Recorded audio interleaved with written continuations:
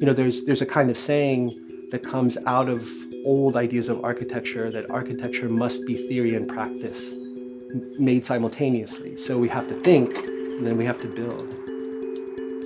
I'm kind of in that crew.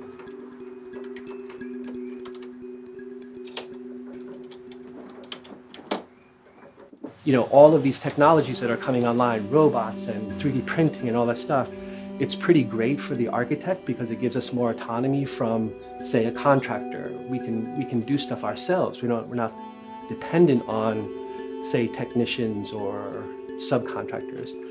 But that's actually a very old model of architecture. Back in the 1400s, people like Brunelleschi, they were a one-stop shop. So they were the builder, they were the designer, they made their own machines, they made all their own masonry testing, they did everything. So not only are we kind of getting back there, but our students could be trained to think that way. Like, how can they do more of the process? And by doing more, obviously they control the outcome. There's less compromise. The machine that makes the building is not necessarily an architectural machine. So for instance, Filippo Brunelleschi, who's really famous for the Duomo, he got the job for building that building by first proposing a winch that would carry masonry block up to a building that was so tall. So he invented this machine, and the building couldn't have been built without that machine. But the fact of the matter is, that was just a simple construction device. The same machine was used to put on sacred religious plays in Florence at the same time. So the play and the machine in relationship to the church as this device that kind of brought the church to life, that created cinema and pageantry inside the church, that's what defines more of an architectural machine. Not necessarily construction, but the fact that this machine relates to a building and actually enhances or alters the building, the program of the building.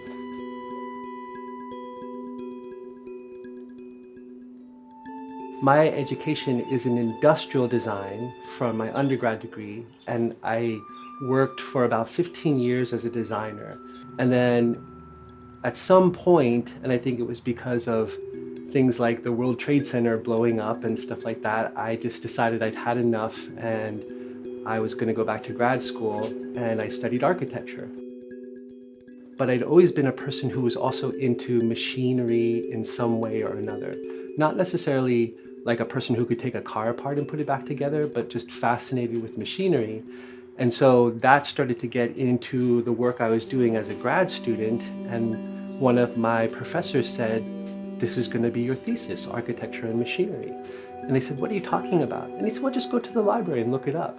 And it was kind of the beginning of like a big eureka, like, wow, there's a lot of stuff going on here, but there's nothing really written about it in a single book, or it's not really defined, or it's just kind of an undercurrent.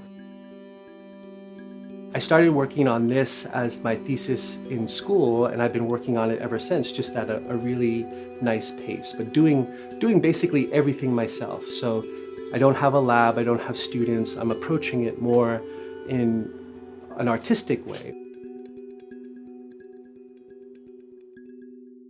Most of these models are a robotic formwork for concrete or liquefied materials, something that we could punch in coordinates. This formwork would walk to the construction site, set itself up, we'd put concrete or a liquid material in it, it would cure, the machine would break away and set itself up again, or climb up what it had just cast, assemble itself, and take another casting.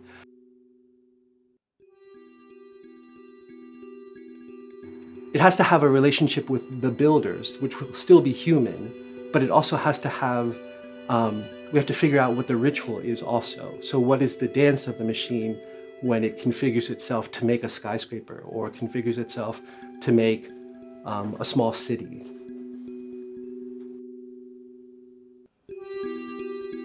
If this thing is in some ways a proxy for hundreds of people with cement mixers or whatever, in some ways this should still reflect our human values, right? It shouldn't become purely mechanical.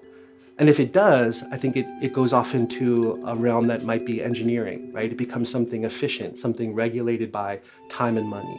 But architecture isn't always regulated by time and money. It's more about the creation of something spectacular, something meaningful.